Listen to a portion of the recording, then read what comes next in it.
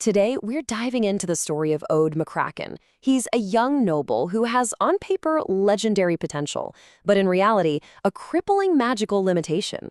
It's this incredible tale about overcoming the impossible, a real paradox of power that's going to make us rethink what it even means to be strong. So I want you to just imagine this for a second. You're a kid and you're standing in front of your entire family, your whole community, for the big magical evaluation. The High Cleric looks at this holy artifact that just measured your soul. The anticipation is just off the charts. And then he drops a verdict that changes everything with just two devastating words: Power 5. And this right here, this captures the insane paradox of Aodh's power perfectly.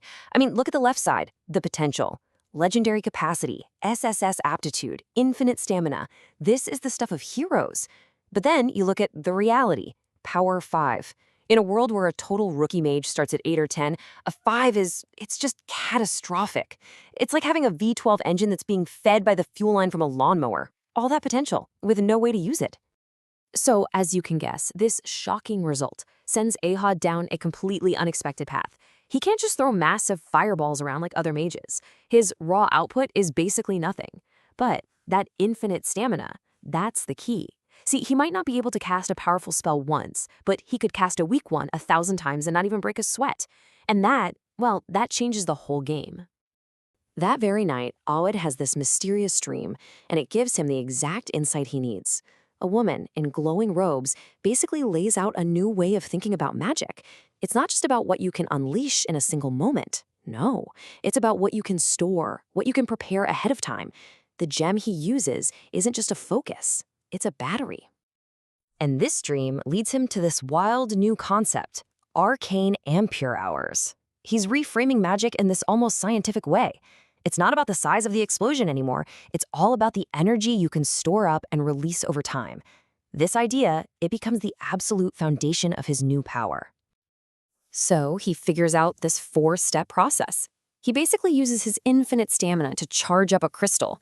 He spends hours and hours inscribing runes, channeling his energy, and just packing power into this gem battery.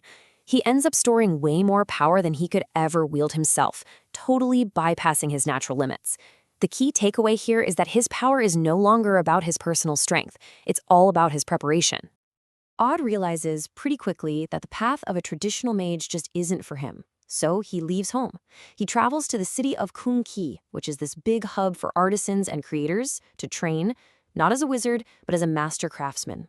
He has to learn how to literally build his own power. And in Kunki, he finds these 2 mentors who are just perfect for him. You've got Master Blue, this merciless, battle-hardened warrior who teaches him tactics and how to think like a strategist.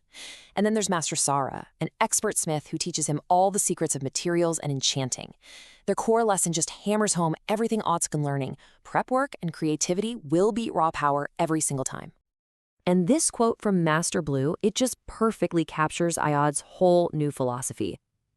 It's incredible, right? His greatest weakness has become his greatest strength. See, other mages have a hard cap on what they can do. Aodh's only limit? His imagination and how much time he has to get his tools ready. Okay, so let's see how this all works in the real world. After years of training, Aodh joins an adventuring party to really put his theories to the test. But a team of seasoned warriors isn't just going to trust a mage whose power comes out of a bag of glowing rocks. He's got to prove himself. So here's the team, a really solid, balanced group. You've got Kim Moon, the unmovable wall of a tank; Star, a battle mage who mixes ice and swordplay; Sorcha, the healer keeping everyone alive; and Scott, providing that crucial frontline backup. They're a professional unit, and you can bet they are very, very skeptical of the new guy with the power level of 5. The party's tank, Kim Moon, is the one who finally says what everyone's thinking. I mean, she's the one on the front lines. Her life and everyone else's depends on trusting her team. She needs to see what Aodh can actually do before she's willing to put her life in his hands. Fair enough, right? So, Aodh shows them his signature move, fire dancing time. And what's so brilliant about it is that it's not one big spell, it's a synchronized, three-wave tactical assault launched from dozens of his pre-charged gems. First, Wave 1, he uses crystals that cast Dance Malady to just throw the enemy formation into chaos. Then, Wave 2, luminous sparks to blind and disorient them.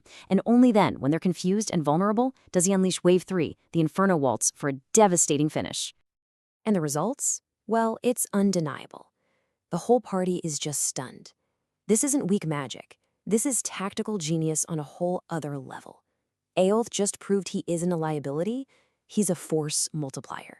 He controls the entire battlefield, not with one huge explosion, but with this perfectly orchestrated symphony of effects. And just like that, he's earned their trust. All right, so with his skills now honed and his place in the world feeling a little more secure, another huge part of Aodh's story comes into focus. This royal destiny that's been waiting for him the whole time, a destiny that's tied to a very, very specific deadline. This timeline really lays it all out. His grandfather was a hero, saved a prince, and was gifted the mysterious Triple Floating Isles. Because of a special royal charter, the title of Baron passed directly to Aodh the day he was born. But here's the catch. He has until his 20th birthday to go and claim his inheritance, or he loses it forever. So his whole journey as a craftsman and an adventurer hasn't just been about survival. It's been a race against the clock. And this piece of wisdom from his father just brings the whole journey full circle, doesn't it?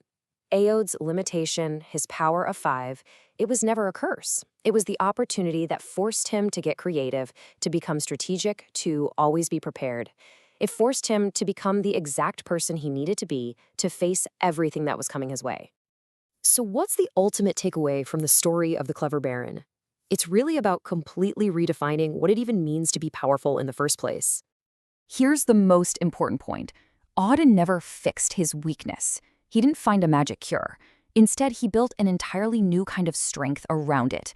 The patience, the ingenuity, the tactical foresight that he had to learn because he couldn't rely on raw power, well, those turned out to be the exact qualities needed in a leader, a strategist, and a hero. And in the end, it really just took one person. One guy who was willing to look at a limitation not as an ending, but as the beginning of a whole new way of thinking. And with that, he changed how an entire realm understood the very nature of power. So that leaves us with a really fascinating question to chew on. We're often so obsessed with innate talent or raw strength, but Aodh McCracken's story shows us a different path. What if the true measure of power isn't the force you can command in a single moment, but the depth of your preparation, your creativity, and your foresight? Definitely something to think about. Thanks for joining me.